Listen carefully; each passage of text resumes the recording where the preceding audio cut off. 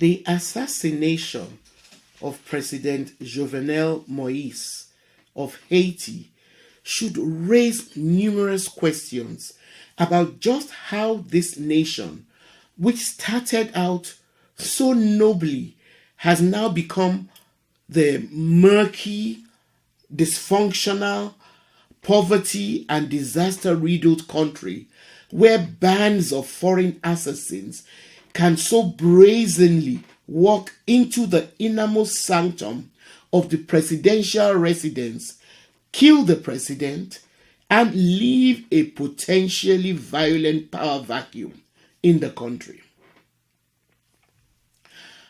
We have all come to accept Haiti as the poorest country in the Western Hemisphere, which has long been crippled by dictators and political instability. However we choose to look at it, Haiti's situation is tragic. According to Terry F. Boss, there have been 55 presidents of Haiti since 1804, when the country gained its independence.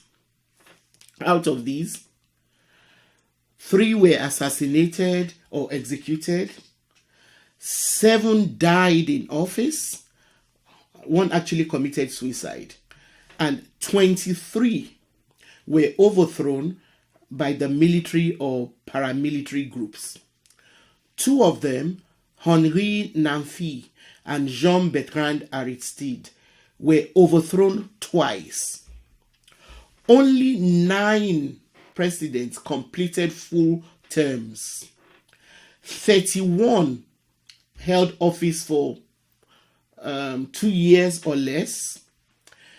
In 1946 and again in 1988, a military junta ruled without a president. Nearly all presidents were either military officers or were closely affiliated with the military. Throughout Haiti's history, many presidents have attempted to become rulers for life. Every president has exploited Haiti's impoverished people and its resources for political gain or personal aggrandizement or both. There have been very few months in the history of this beautiful country when it went without a revolt, uprising, riots, political murders, or mass killings. During the 20th century, the United States compelled 5 presidents to leave office. So this history gives us some context to why the international donor community today classify Haiti as a fragile state. Because by definition, a state earns this classification when the government cannot or will not deliver basic core services to its people, especially its poor. Haiti has been further characterized as a country in search of nationhood, or a country held hostage by the state. In almost every aspect of development, Haiti has variously been characterized as a nightmare, predator, collapsed, failing parasitic, kleptocratic, phantom, virtual or pariah states.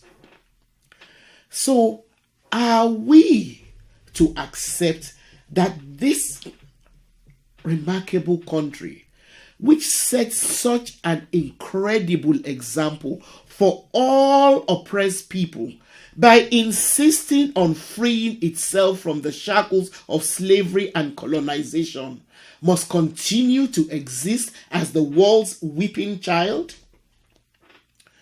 Just how did Haiti get to the state that it is in today? Welcome to the Sankofa Pan-African series. Please subscribe and turn on your notification buttons if you haven't done so. Also, please support us by pledging a token amount to this channel through Patreon, so we can continue to bring you videos like this one. No amount you pledge is too small. Thank you. So let's start by taking a brief look at the history of the incredible country known as Haiti. Haiti forms part of the island of Hispaniola.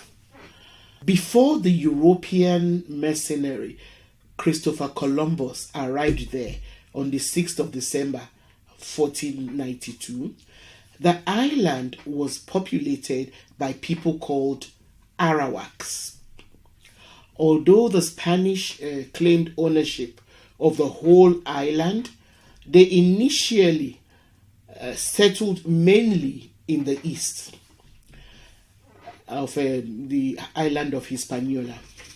Now, the west was left largely empty, and in the 17th century, the French settled there. In 1697, the Spanish and French signed the Treaty of Ryswick, which left France, the western third of the island, which they then called Saint-Domingue. Now, in the 18th century, Saint-Domingue, modern-day Haiti, became rich and was the wealthiest colony in the French Empire, and perhaps even the richest colony in the world at the time. Before the Haitian Revolution, Saint-Domingue produced roughly 40% of the sugar and 60% of the coffee that was imported into Europe. All of these prosperity, of course, was built on the blood and sweat of people who had been brought from Africa to work on European-owned plantations. The colonial economy of Saint-Domingue was based almost entirely on the production of plantation crops for exports. Now, enslaved African workers grew sugar in the northern plains and coffee in the mountainous interior. In order to sustain the plantation system, French owners imported almost 800,000 Africans to the colony. By the end of the 18th century, there were only about 30,000 French people and about 27,000 people of mixed races, whilst the rest of the population was made up of people who had actually been born and brought or sold as Africans into slavery there. So the slave system in Saint-Domingue was regarded as one of the harshest in the Americas. It had a high level of both mortality and violence. So starting around 1789, free people of color in Saint-Domingue, like Toussaint Louverture, were inspired by the French Revolution to demand freedom and equality for all, which is, after all, what the French Revolution was demanding. But by the end of 1791, the French were forced to abolish slavery on Saint-Domingue. Well, since Spain, Britain, and other European countries which owned slave colonies had not yet abolished slavery, Toussaint actually believed that the French revolutionaries in France would help uphold the freedom of Saint-Domingue and help it to develop. He was, however, disappointed. Luckily, he led a rebellion which defeated the French. But as soon as the British saw that the French had been defeated in Saint-Domingue, they went all out to overtake the colony. Britain actually invested millions of pounds by sending soldiers to try and capture Saint-Domingue in 1793. By 1801, Toussaint Louverture and others fighting for liberation had managed to end slavery on the island, and he, Toussaint Louverture, was a governor of the entire island, made up of French Saint-Domingue and Spanish Santo Domingo. For the first time anywhere in the Northern Hemisphere, Toussaint created an atmosphere in which black people, people of mixed races, and white people coexisted as equals. Please take the time to watch our episode on Toussaint Louverture to get more details about how Napoleon and also the British were defeated by the African slaves in Saint-Domingue. Now, Haitian independence was finally attained in 1804 after the French army under Napoleon was once again defeated by the black people in the colony. Their success in defeating Napoleon Bonaparte proved to enslaved people all over the world that they could rise against oppression, fight for their freedom, and win. I mean, the example that Haiti served was unique and is something that we must, people all over the world who are undergoing or have undergone one form of oppression or another, we must never forget. We must always acknowledge the role that Haiti played, as an example for all oppressed people. Significantly, even before the attainment of Haitian independence, Haitians actually fought on the side of America in America's bid to attain independence from Britain. Although this is a fact that is often neglected in American history.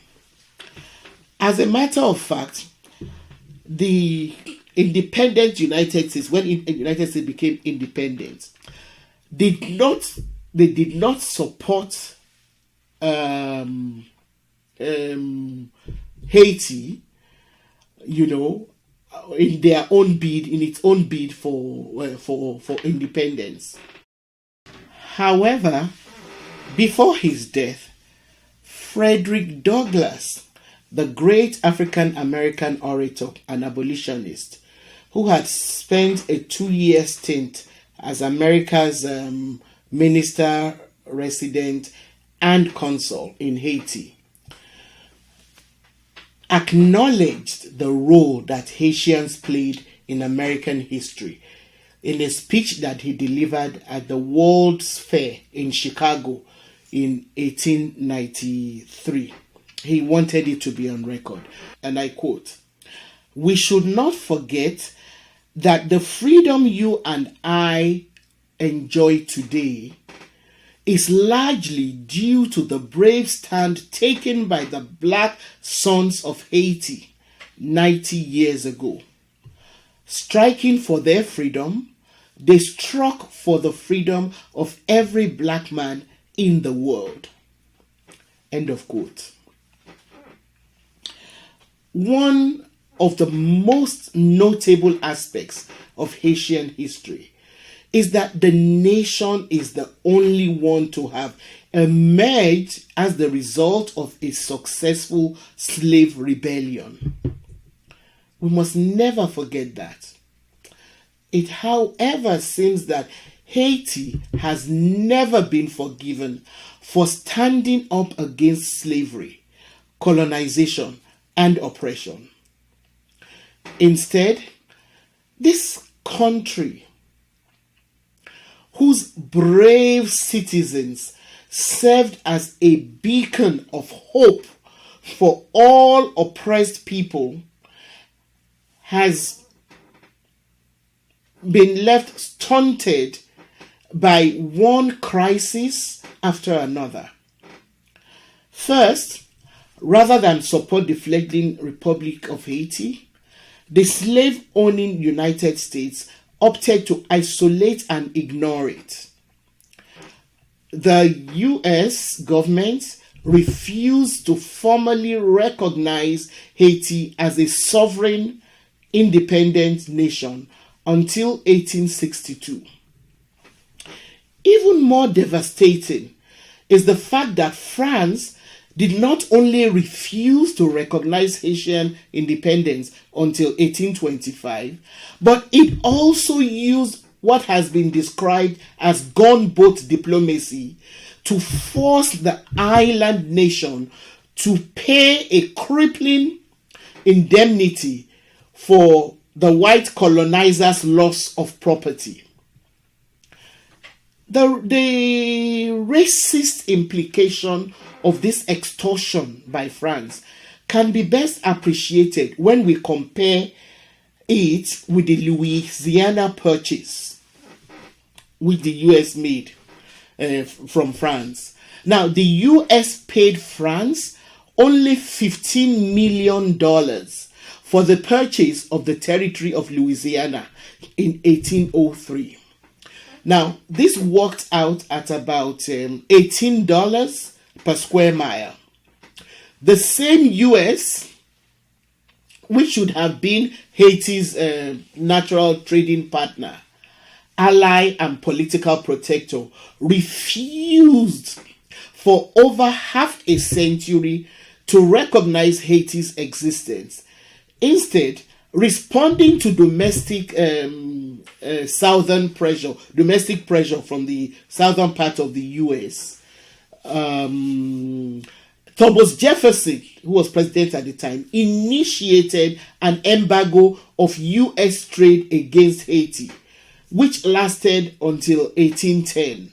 His successors also exempted the country from the 1823 Monroe Doctrine, thereby turning a blind eye to France's bullying of its former colony. The US, in fact, only formally recognized the Haitian government in 1862 because of the American Civil War. So all of this allowed France to insist on extorting the ruinous price of 50 million francs, about 20 billion in today's money, before recognizing Haiti's independence. Britain's attitude towards Haiti was also governed by its relations with France and its concern for its own Caribbean holdings. Fearing Haitian incursion on its Dominican Republic, Spain too was actively hostile towards Haiti. As such, the economic ruin that has led Haiti to its present condition is a direct result of all of these, forms of economic bullying that the country suffered at the hands of all these European countries and America. All of these economic hostility ensured that during its first decades, the new Haitian state existed with no international political and economic ties. So the economy of the country was run aground. All that prosperity that the country had in terms of sugar and coffee being exported, all of it came to a halt. So that in its first decades, the new Haitian state existed with no international political or economic ties. Its economy was decimated by years of its independence struggle and all these other economic stranglehold. So its formerly rich plantation-based trade was completely destroyed and replaced by subsistence agriculture. So sugar and coffee production moved off to Jamaica and other British colonies and Brazil. Thus isolated, Haiti was forced during the 19th century to defend itself by building fortifications and investing in a huge military establishment. This establishment propped up the remnants of the former black and mixed race elite that traditionally controlled the ports and export trade. So, as the weaponization of poverty has done in other African and Caribbean countries, it has resulted into a power structure that skimmed off the little wealth that was available in the country. This was further compounded by the 1915 U.S. invasion, which lasted 20 years and which also exacerbated the rifts within Haitian society. In essence, Haiti has not stood a chance at surviving since the end of this U.S. occupation, and the country has remained mired in poverty and has been subjected to bad and authoritarian governments. The indemnity which France insisted on collecting from Haiti, with the support of other European countries and the US, I must say, is a debt that Haiti kept paying well into the 20th century, and which many experts believe permanently enfeebled the country's development. That debt and the resulting drain on the Haitian treasury are directly responsible not only for the underfunding of education in Haiti, but also for the lack of healthcare and the country's inability to develop its public infrastructure. As I said earlier, the United States invaded Haiti in 1915 and did not leave until 1934. An occupation which, when you look at it, rivals the current American presence in Afghanistan, when you look at the length and brutality of it. The excuse for America's invasion of Haiti at the time was that the US was trying to stabilize a political crisis that followed the assassination of the Haitian president, of one of the Haitian presidents at the time. However, what the US did was to consolidate Haiti's finances according to US banking interests, while ruthlessly suppressing local uprisings in an age of hemispheric imperialism that many Americans have now chosen to forget.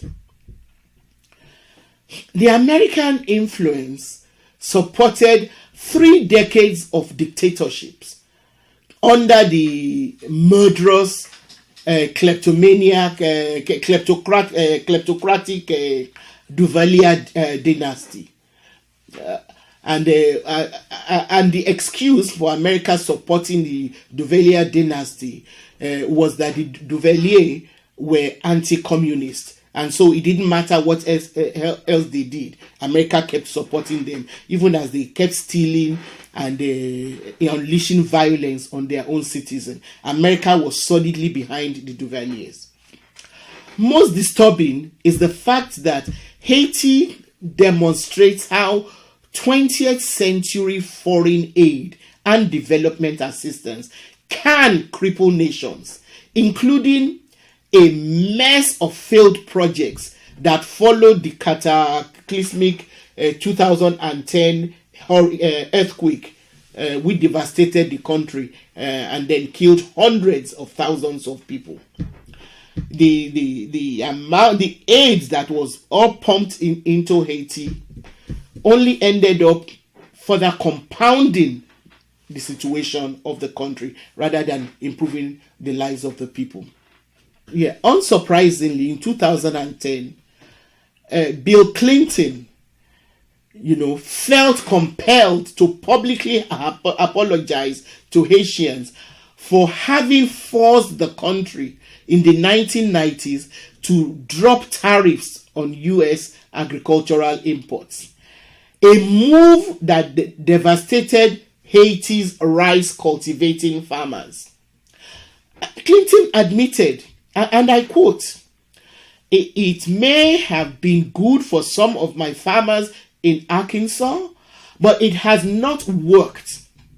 I have to live every day with the consequences of the lost capacity to produce a rice crop in Haiti to feed those people because of what I did."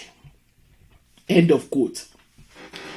While this apology is a grand gesture by former President Bill Clinton, it is not nearly enough.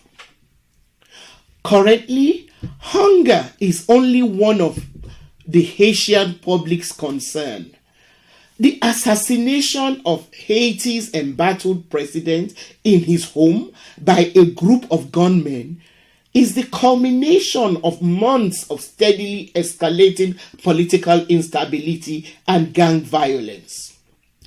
In a country in which poverty has been weaponized by global powers in collusion with the Haitian elite against the majority of citizens, the future remains dire.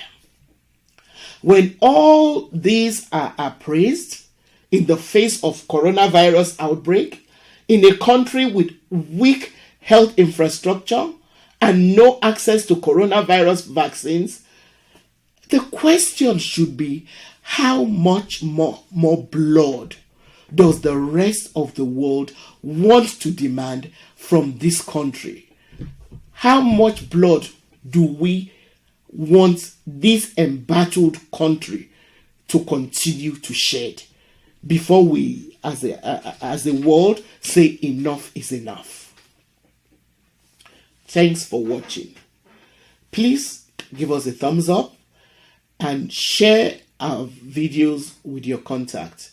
Also, please support us by pledging a token amount through Patreon so that we can continue bringing you topics like this one. Remember, history forgotten will most likely repeat itself. Thank you.